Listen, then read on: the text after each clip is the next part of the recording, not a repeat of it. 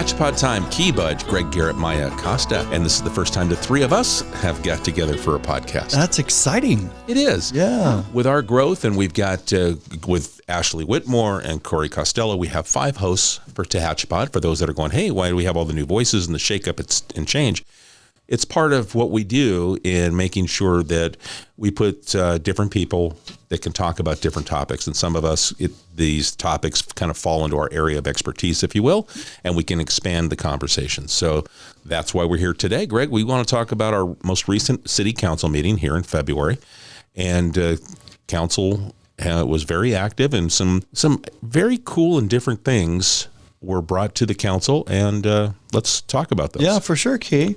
So the first item that was on the agenda, or first one we'll talk about this morning, was the approval of the Wine Walk, closing Green Street for the Wine Walk. And we've talked about the Wine Walk many times. I think everybody knows what's happening.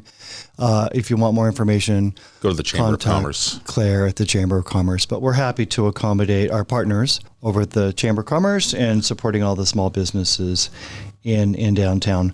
And the second thing is, I think most citizens are aware, Susan Wiggins has relocated and moved out of the area due to family. And we wish her all the luck and thank her for all of the service that she has provided this city and this community for many, many years. So there's a vacancy on the city council, District 5. So we will be advertising. The council elected to go ahead and advertise. We'll be advertising for several weeks, looking for a replacement. So we would encourage anybody that wants to get involved with local government to put their application in, and the city council sometime in later March, I believe, we'll be looking at those applications and selecting somebody to fill her term between now and the end of November. So not a long time, but it does matter. All 5 individuals matter a lot. Just want to say thank you, Susan. If you're listening, thank you so much. Just enjoyed the time I got to work with you from my end here in the city. Appreciated all of the events that you attended and just how you presented yourself and represented the city of Tehachapi. Right. She was the mayor 2 times, actually, 1 full-time term. And then I believe when Mayor Ed Grime passed away, yes, she filled in for that. She's just a giver. She's a true servant in a very positive way. So we'll miss Susan Wiggins a lot. So Godspeed, Susan. Yeah, make sure you, when you come back to Tehachapi to visit, that you stop by City Hall, because we'd love to take you out for a cup of coffee. There you go. And then the next thing on the agenda, Mya, you presented the Extraordinary Women Recognition for Women's History Month, which is the month of March. So tell us more about that. Yeah, so this is something new that we're trying out this year. In years past, we've recognized female business owners or other individuals in the community that are, leading the way for women. And so this year we want to take the time to do more of a formal kind of recognition. So we've opened up nominations to the public already. If you want to find that nomination form, you can find it on our social media. Very simple.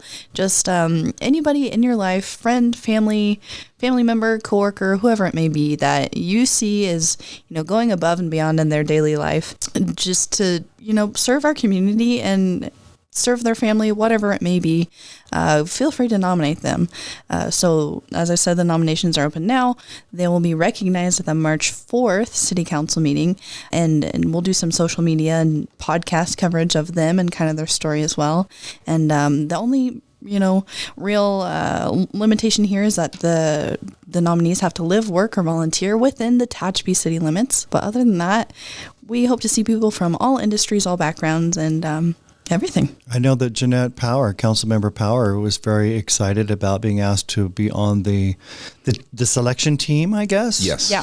And we've already received many applications. Yes, I looked this morning. So this is going to be a great program. There's 33 nominations already. Yeah. Wow. Yeah. That's exciting. Sure It really is. And over the past couple of years, we've featured podcasts of businesses that are owned by women here in the city of Tehachapi. Mm-hmm. And it was just something that in conversation, we thought, what is something else that we could do to recognize some of these strong female leaders that we have here in the city? Right. So true. So true. And the month of February is Baby Awareness, Surrender Awareness Month, Key. Yes. And I know Kern County Department of Health and Human Services, yes. Is that correct? Yeah. Yes. Thank you. We'll just remind everybody, if there's a lady in some sort of having a struggle with a newborn, you can safely surrender that infant at a fire department or an emergency room. Correct. And so just as a reminder, if there's a listener out there, you can do that. And there is assistance there. And if, as you look back on the history of the program going back to its inception in 2009, there have been 98 infants that have been surrendered that are now leading healthy lives, and a very tough decision for those young women that made it. But the fire department and, like as you said, the emergency rooms here in Kern County, they are there to accept that child and make sure it gets the proper medical care, and then it can go ahead and find a new home or go through their process. But 98 infants over the course of that time period. You wouldn't maybe think that there is, but when I'm sure that someone is making a tough decision, it's nice to know that they've got an outlet or someone that can receive that child. No questions asked. Right. No questions asked. Right.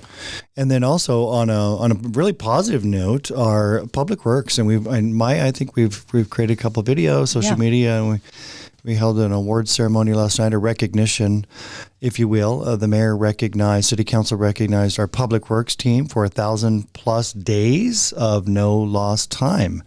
And that's significant for many reasons. Obviously, we want people to come to work and leave, in the same condition that they arrived in the morning or the evening, or, we work 24/7, some of us, but also our budgets and different things. So it's just a really positive. We could go on and on and on about this, but I know we've pushed that information out previously. Let me just throw two numbers.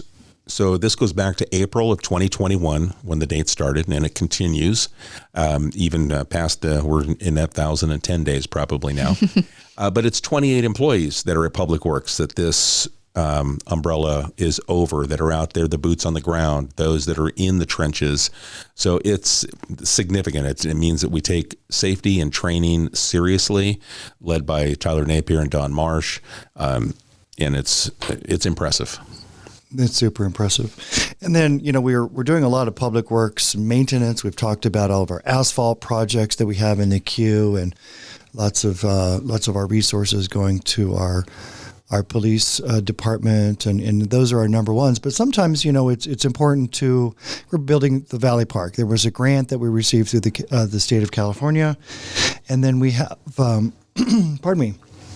we have a pickleball court, or courts, I should say, Key, that were approved last night with the city council. So we're going to put some resources towards the design and build of some pickleball courts in the existing parking lot at the Tehachapi Police Department on C Street. So I'm really excited about this. And this was a brainchild of you, Key, and it's brought the police department.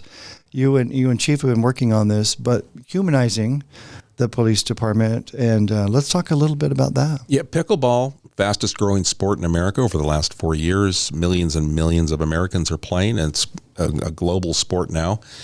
We held 2 events in the summer, pickleball with the police, and our public works department set up 6 temporary courts. We did it over 2 days over the course of 2 weeks at the end of summer, and just kind of invited the public to come on out, learn and play pickleball with our police officers, and many of them were learning the sport too. We had about 150 children and adults attend those 2 events.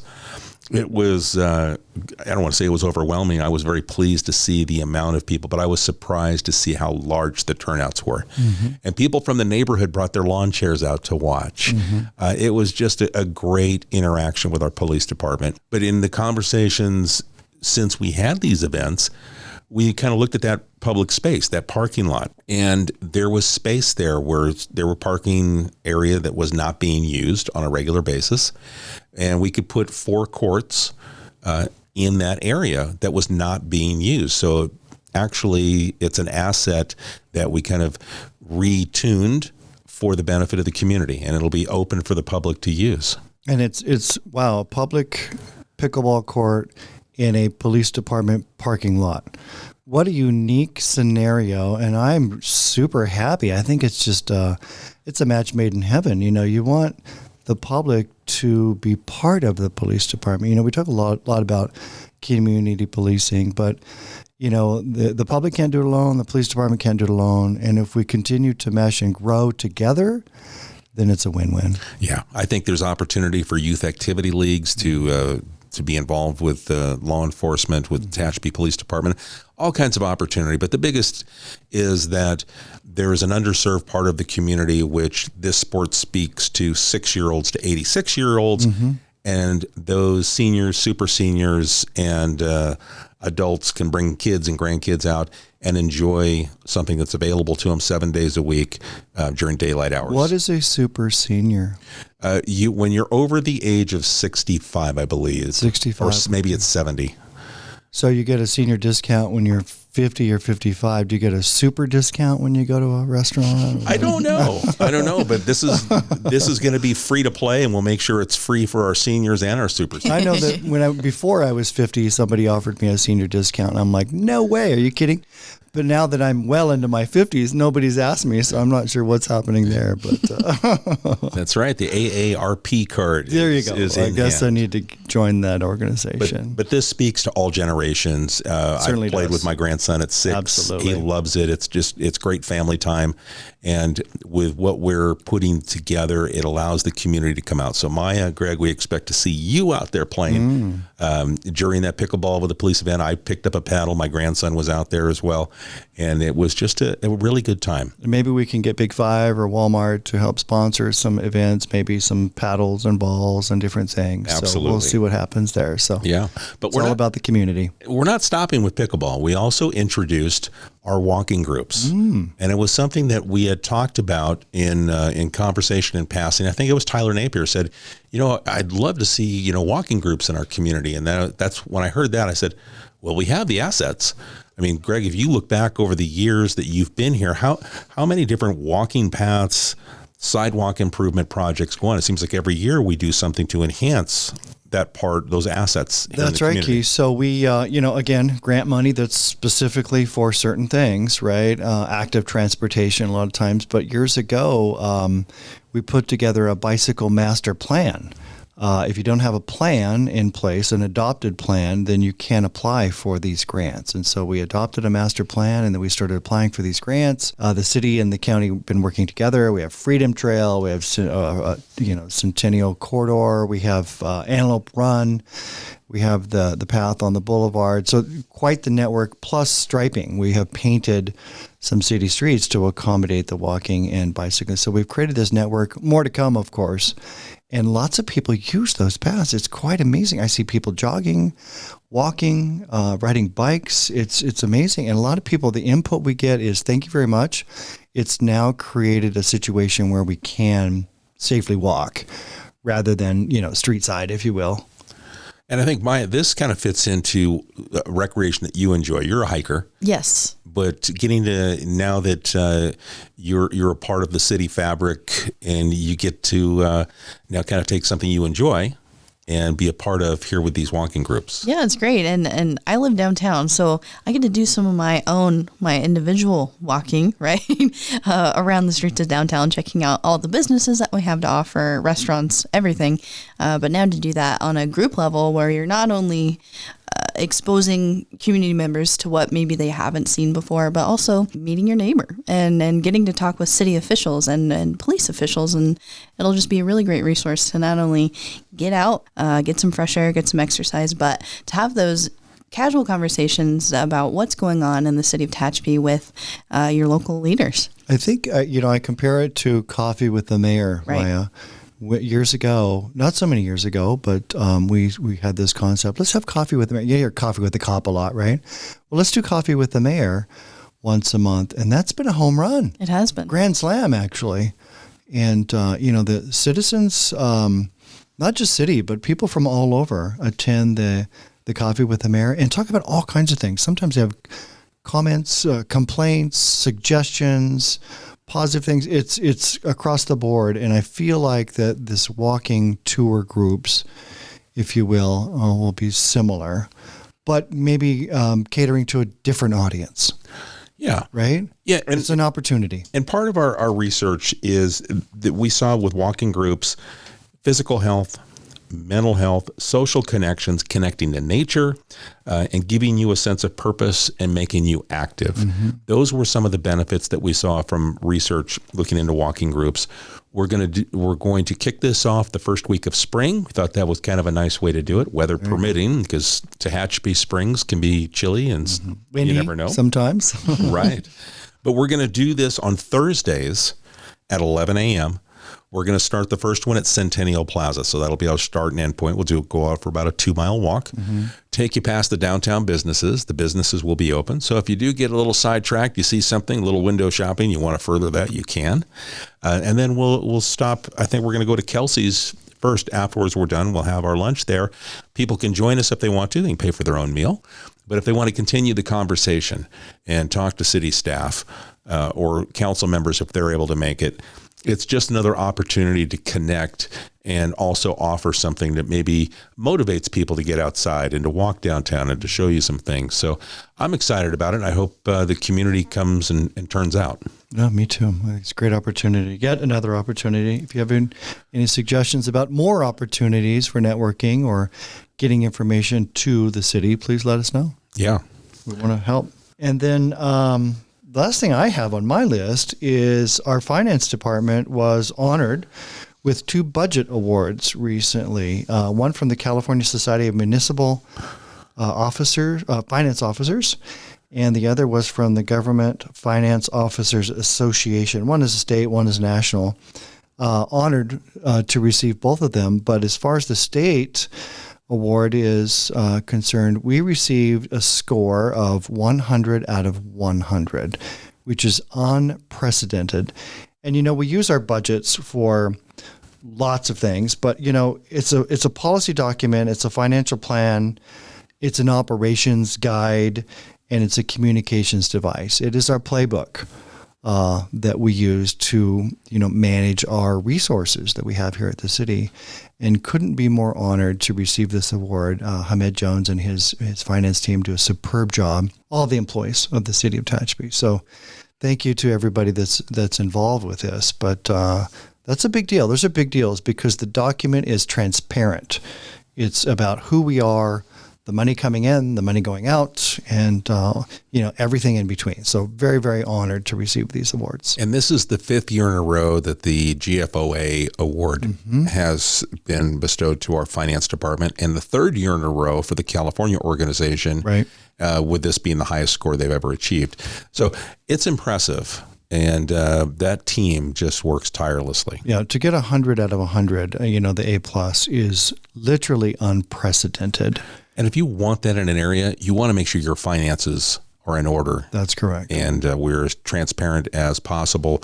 And that's just the fact that we send these out to other organizations to say, hey, what can we do better? Mm-hmm. And when one organization says, this is the model with what we would be looking for from a government budget is, wow. Yeah, pretty remarkable. Yeah. Yeah. It was a great meeting. We meet at the police department 6:00 every first and third Monday of the month. So we always encourage people to attend the public meetings.